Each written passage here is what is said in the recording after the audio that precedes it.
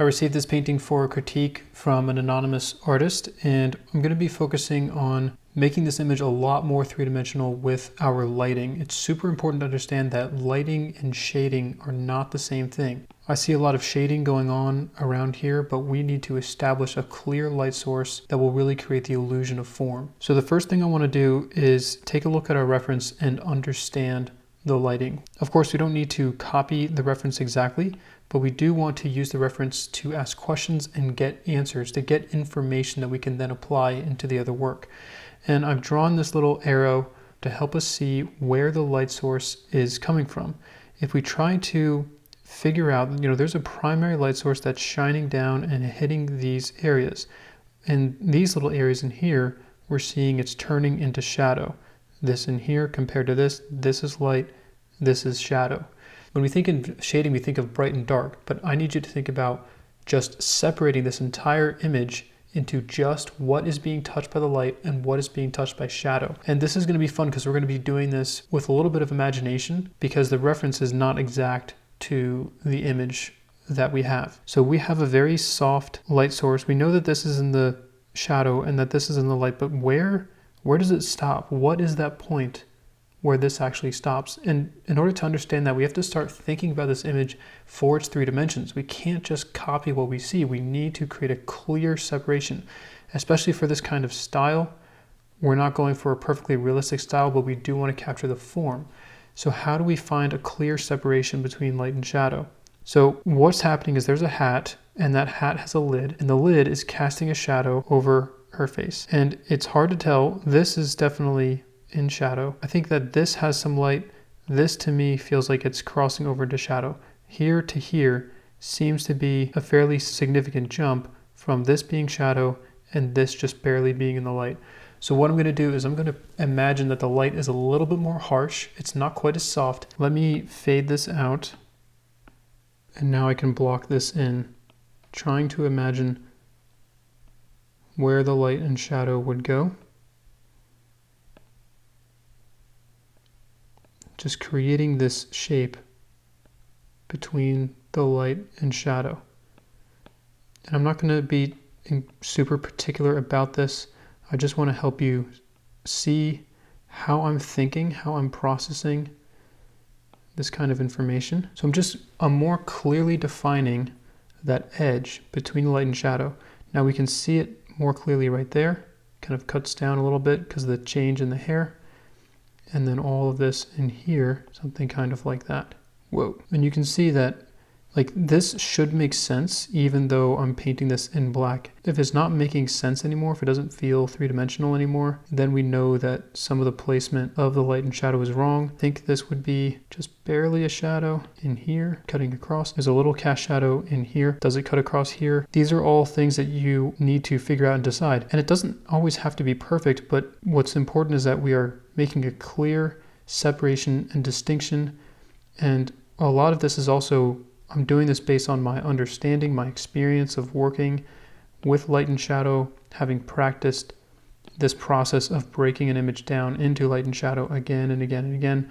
I'm very familiar with what it should look like, what the planes will be doing when they turn away from the light. But as I zoom out, you can see that's still making visual sense. The shadows are a little extreme, obviously, but it's still making sense. And so I know that I'm somewhere in the ballpark. And I could go through the entire reference image just trying to break this down and blocking these things in.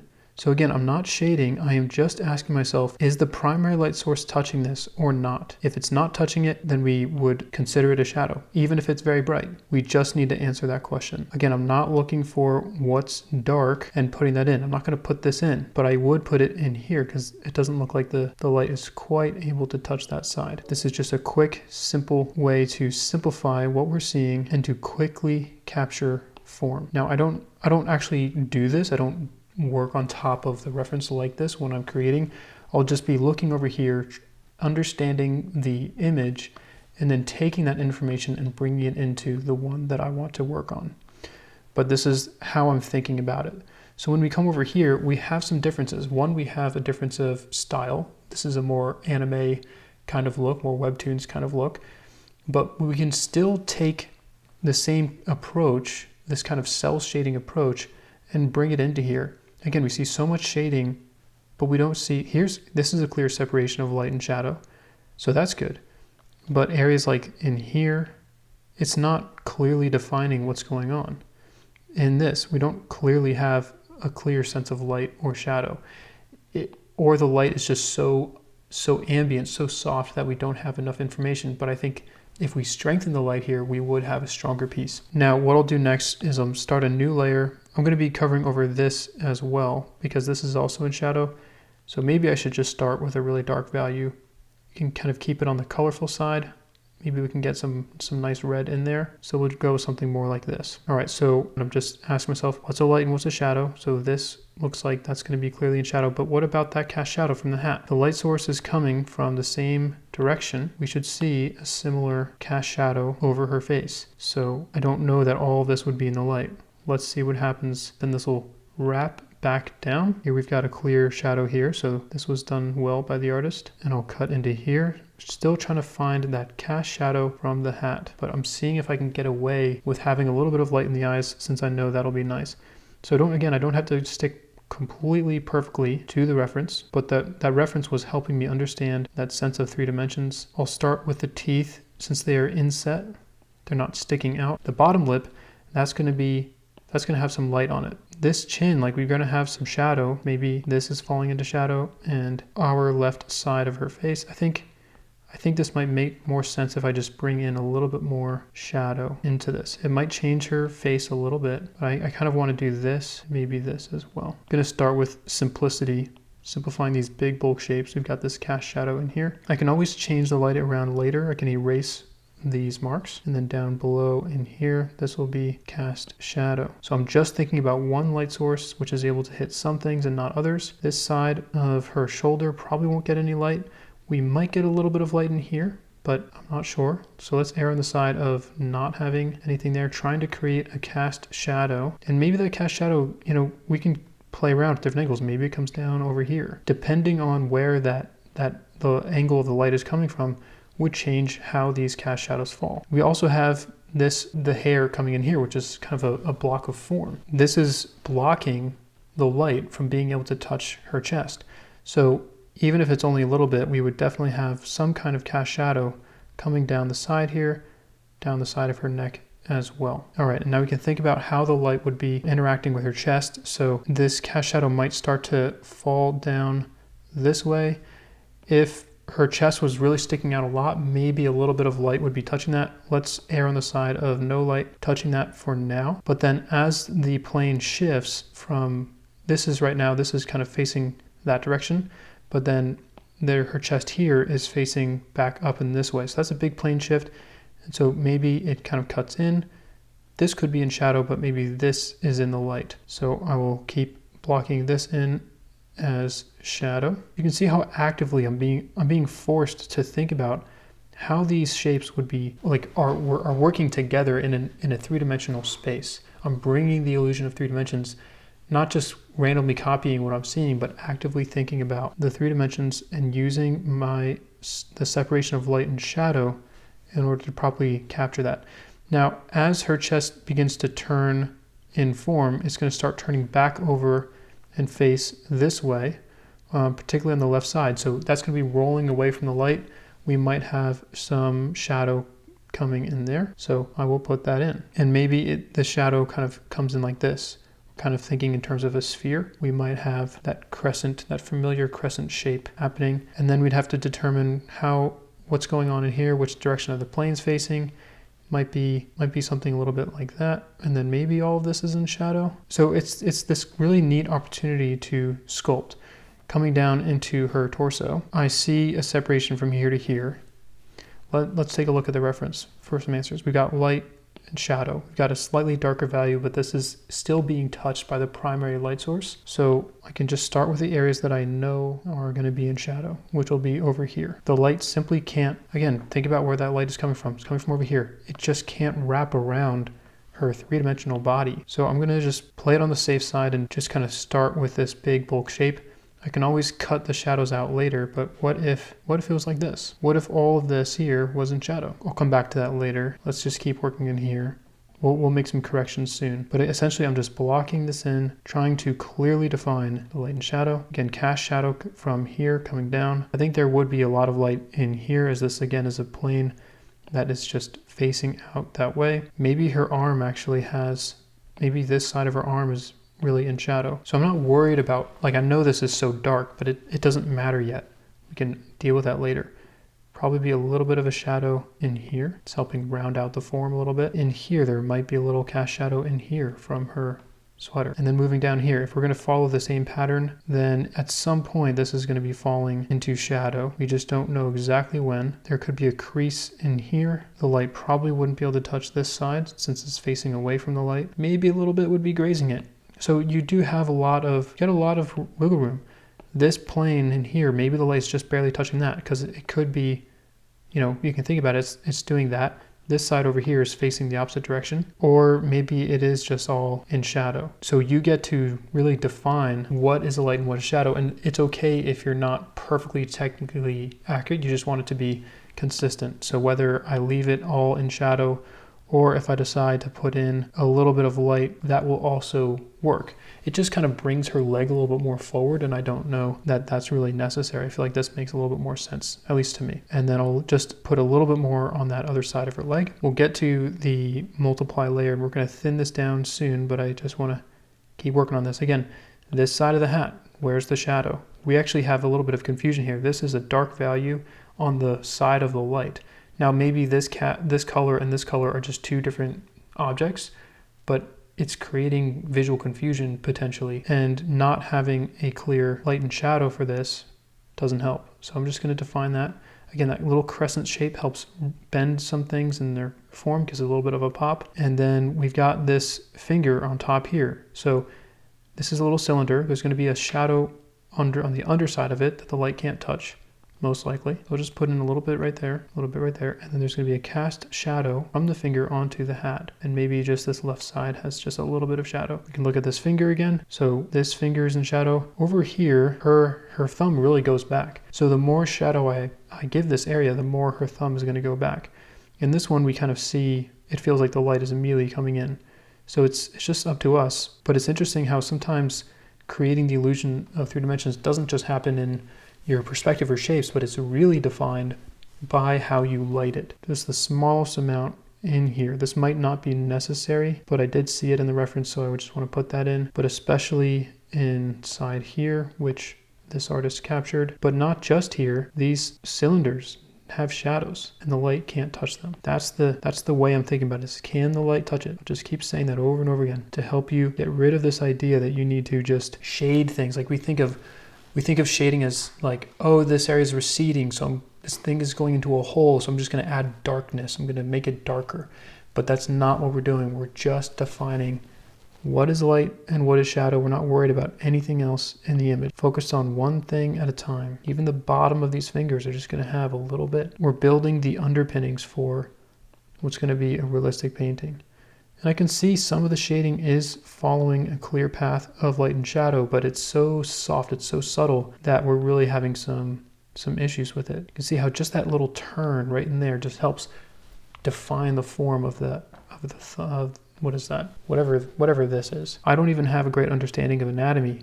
What I have is a good understanding of light and shadow. You know, if I spend all my time trying to learn anatomy, it's like, well, that's good, that's definitely helpful, but it's really the understanding of light and shadow that allows you to communicate this sense of form. Anatomy will be super helpful for painting from imagination, and so I don't want to look down on it at all. But I'll just say that if you have a really good understanding of the light and shadow, you'll be able to recreate the impression of believable anatomy. But if you only know anatomy and you don't have an understanding of light and shadow, then you won't be any further in creating a 3-dimensional, believable image. So I'm just kind of inventing some shadows in here, imagining that these are areas where the light can't touch, using what's created as a guideline for that, some creases in there. But I might want to think more boldly, like maybe this is a much better representation of the form turning. I'm thinking about the arm underneath and looking for those big blocky shapes in here. So we've got shadow on her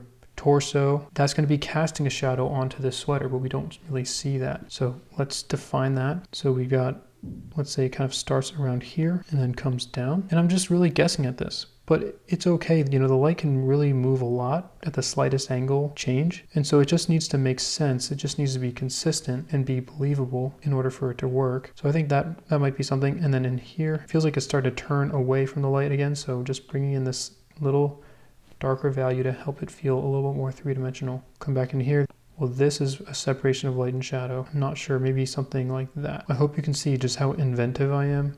I'm not really afraid to try some of these things. I don't want to think just in terms of the folds. I want to think about the overall cylindrical shape of this arm. Maybe some light is creeping back through here, but this would be form and then cast, or maybe I can just make it all shadow. So I can really, again, I can decide. Now, one of the beautiful things about being able to decide like this is that as you light an image, you really get to change where people are looking. Like, we're not really looking at the eyes anymore, obviously. We're looking at the areas of the light. So if you light the areas you want people to see, then you can actually control where people look in your work, because we don't take in the whole image all at the same time. We take in a piece of it at a time, and choosing where the light is absolutely a big factor to that, to dictating where people will look. You can see how far away I am. It's like the farther away I am, the less precise I am, but the more easily I can see what the 3 dimensions should be in this context. All right, so with that done, now let's see what we get. I'm gonna go to my layers, so I will change this from normal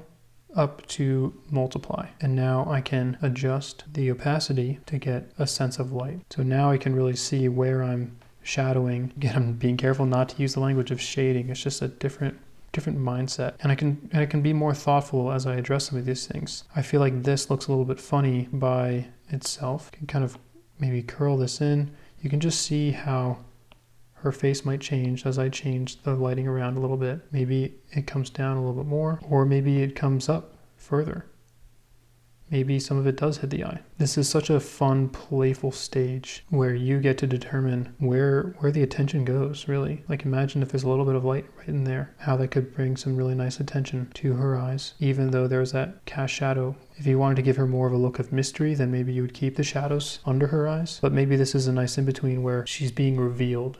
You know, we're sort of, it feels like we're maybe about to get to see more of who she is. Maybe I'm reading into that too far, but I just think that's relevant. You can see even this little bit of shadow, like right in here, just thinking about that crease in the mouth. Maybe it could be over here a little bit as well. We'll compare the differences.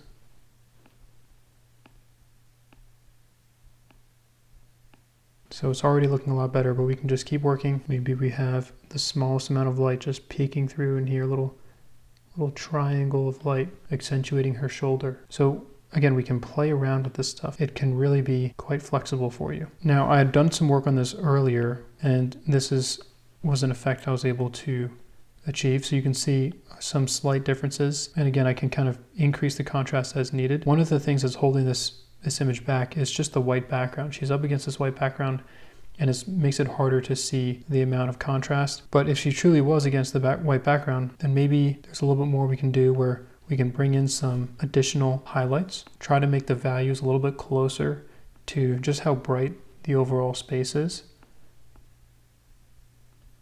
So you can see the improvements there. And then on a more subtle way, some of the edges right in here, like you can see how this potentially connects her to the background a little bit more. Even though her hair is black, having some of these colors in here feel like it's light that's bouncing off of the background and coming into the space down here as well.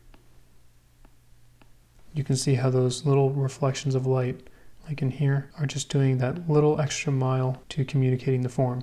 But this is a good kind of place to start in mapping out the light. And again, it wasn't shading, it was first separating everything into light and shadow based on the primary light source, and then playing around with the opacity, then putting in the highlights, and then looking for reflections. So hopefully this was eye-opening for you and a good way for you to work on your images without having to copy the reference exactly, but looking to the reference to get answers and using those answers and then applying them creatively into your own work. Thank you for watching, and if you would like to send in a critique of your own work, I'm still receiving critiques that I'm doing for free. So you can use the links in the description to see what that's about. But yeah, it's pretty straightforward. You just send in your art, send me any references that you used to create it, and then I give a critique. Let me know if you have any questions in the comments, and I'll be happy to help out. Have a beautiful day, everyone.